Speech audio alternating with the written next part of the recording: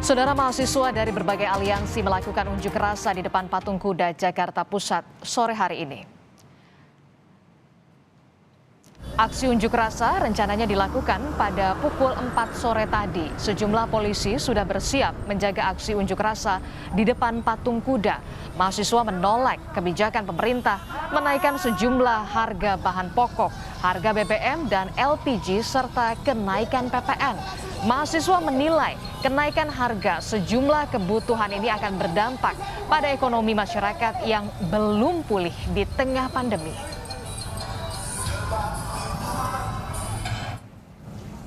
Sementara itu, Badan Eksekutif Mahasiswa atau BEM seluruh Indonesia membantah sejumlah poster di media sosial yang akan menurunkan Presiden Joko Widodo dalam unjuk rasa pada 11 April mendatang. Bisa ke depan. Sementara itu, BEM seluruh Indonesia memastikan poster unjuk rasa dengan agenda turunkan Presiden Joko Widodo adalah hoax. Poster itu mencatut nama BEM seluruh Indonesia. Dalam demo, mahasiswa ingin bertindak sebagai pengawas kebijakan pemerintah.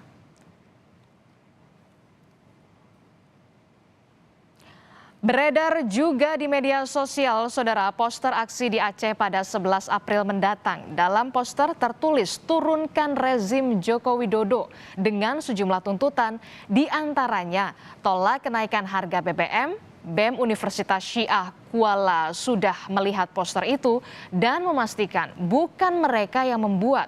BEM Unsyiah juga belum pasti turun ke jalan pada 11 April nanti.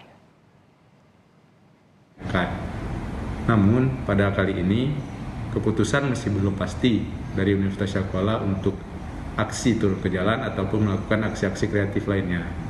Tapi alhamdulillah kawan-kawan di fakultas sudah melakukan kajian, sudah membawa satu narasi yang sama, yang memang benar-benar hari ini rakyat merasakan kesusahan terkait kenaikan BBM, kemudian kelangkaan minyak goreng, hal-hal yang substantif yang memang harus kami bahas.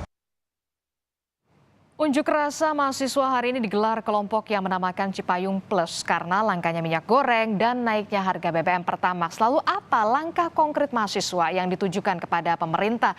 Kita akan bahas bersama dengan mahasiswa perwakilan kelompok Cipayung Plus. Sudah ada Muhammad Asrul dan juga ada tenaga ahli utama kantor staf Presiden Edi Priyono. Selamat petang, Assalamualaikum Mas Asrul, Pak Edi, sehat ya? Waalaikumsalam. Waalaikumsalam, Mbak. Alhamdulillah sehat.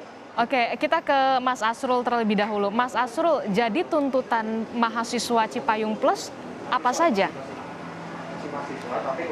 Ya, jadi kami sudah menyebar informasi lewat flyer kami, poster-poster kami soal aksi kami hari ini.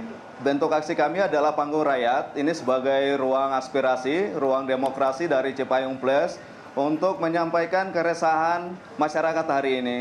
Adapun tuntutan kami adalah soal penolakan terhadap kenaikan harga kebutuhan pokok, terus kenaikan BBM dan LPG, termasuk soal kenaikan PPN.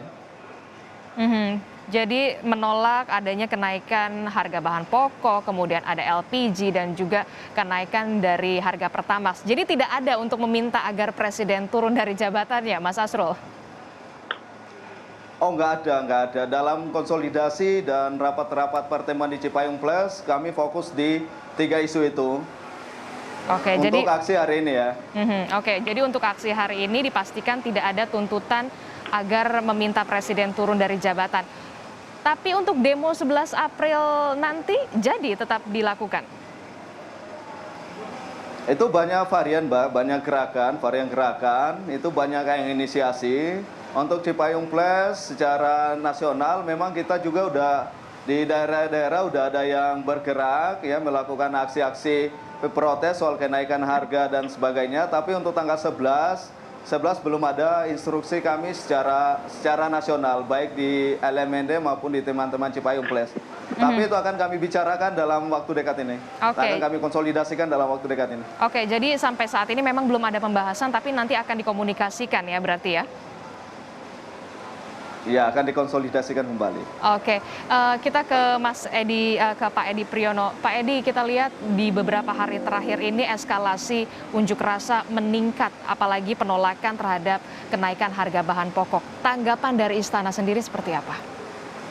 Kalau dari sisi unjuk rasanya, itu kan sebagai bagian dari demokrasi ya, hak konstitusional dilindungi oleh undang-undang. Asal tidak anarkis sesuai dengan ketentuan yang ada, nggak masalah. Ya. Kalau substansinya sebenarnya pemerintah bukan tidak ngapa-ngapain ya, pasti adalah alasannya dan itu sebenarnya bisa dijelaskan. Gitu. Misalkan yang paling gampang lah ya, kenaikan harga, katakanlah kita ngomong Pertamax ya. Pertamax itu kita itu kan net importir minyak ya. Jadi kita ini sudah bukan net eksportir. Jadi kita itu pada dasarnya adalah importir minyak. Jadi minyak di pasar dunia itu udah seratusan dolar per barrel gitu loh. Sedangkan kita mengimpor ya, belinya mahal ya jualnya ya mahal. Nah kalau mengikuti harga keekonomian, Pertamax itu hitungannya tuh harusnya 16.000 per liter gitu ya. Nah sekarang kemudian pemerintah menaikkan melalui Pertamina ya. Bukan menjadi 16 tapi menjadi 12.500.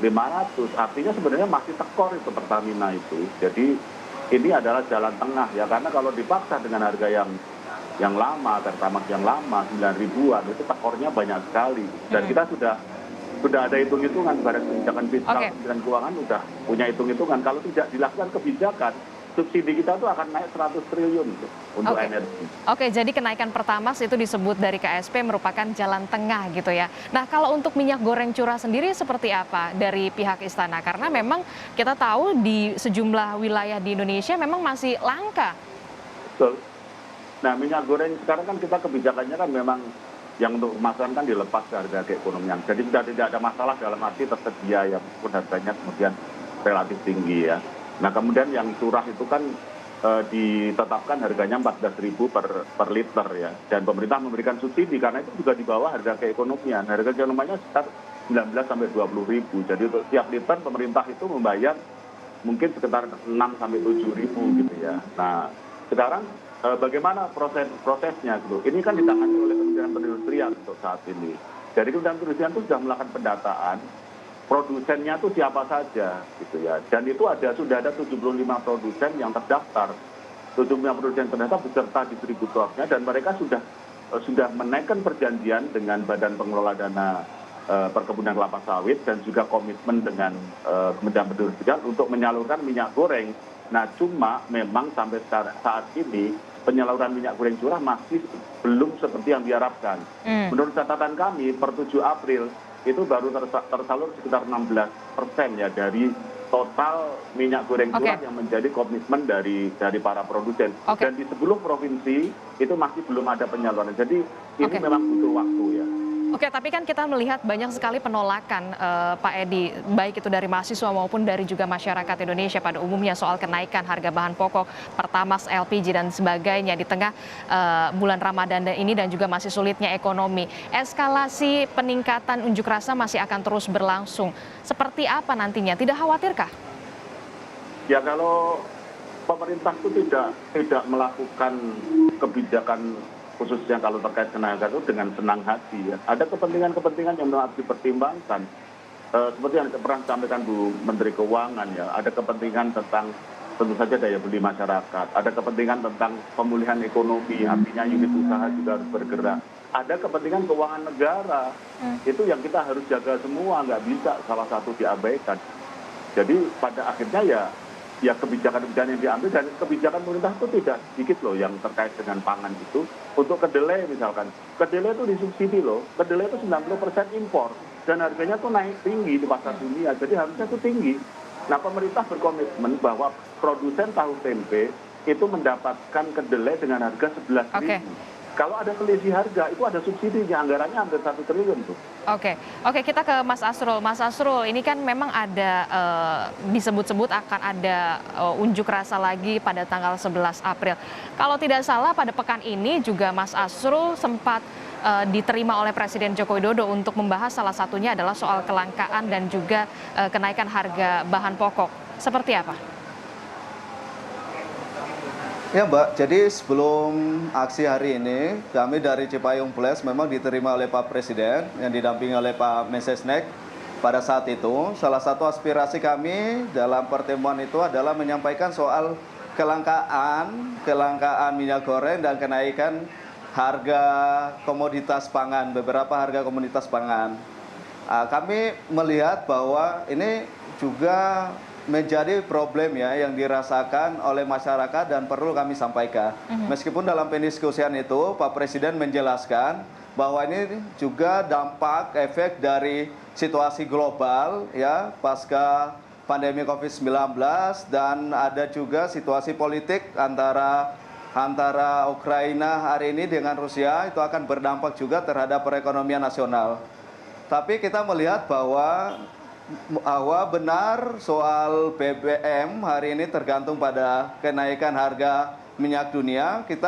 Indonesia ini kan salah satu negara importir net BBM dan LPG itu sebesar 65%, karena produksi kita hanya sekitaran 650 BOPD, sementara konsumsi masyarakat ada sekitar 1,30 juta. Memang ini agak jomplang, makanya kita menyerukan supaya pemerintah juga memperbaiki soal tata kelola migas kita. Satu sisi juga kalau misalkan harga BBM Pertamax ini diserahkan pada mekanisme pasar, seharusnya pemerintah ketika harga minyak dunia turun juga mengambil kebijakan untuk menurunkan harga BBM. Tapi kan itu nggak terjadi.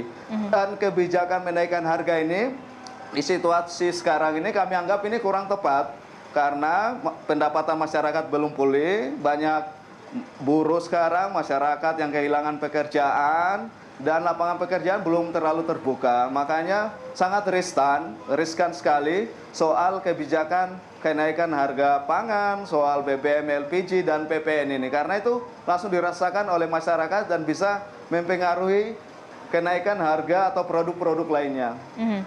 Oke, jadi bisa dikatakan belum puas atau tidak puas dengan jawaban pada saat bertemu dengan Presiden, begitu Mas Asrul? Enggak, Pak Presiden kita tahu ya soal penjelasan Pak Presiden di istana, menjelaskan secara detail.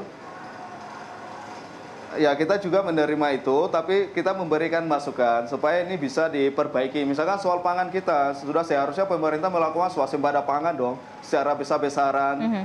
Terus soal pengelolaan migas kita, soal tata kelola migas kita dari hulu sampai hilir, itu harus dibangun proses industrialisasi nasionalnya. Karena kita masih menjadi negara importir. Negara importir 65% kebutuhan minyak mentah kita masih impor. Artinya kan di tengah situasi global akibat pandemi dan situasi politik hari ini yang sangat tegang, itu mau tidak mau kita harus memikirkan bagaimana tata kelola migas kita, soal pangan kita secara mandiri gitu. Oke, terakhir Pak Edi dari kantor staf Presiden.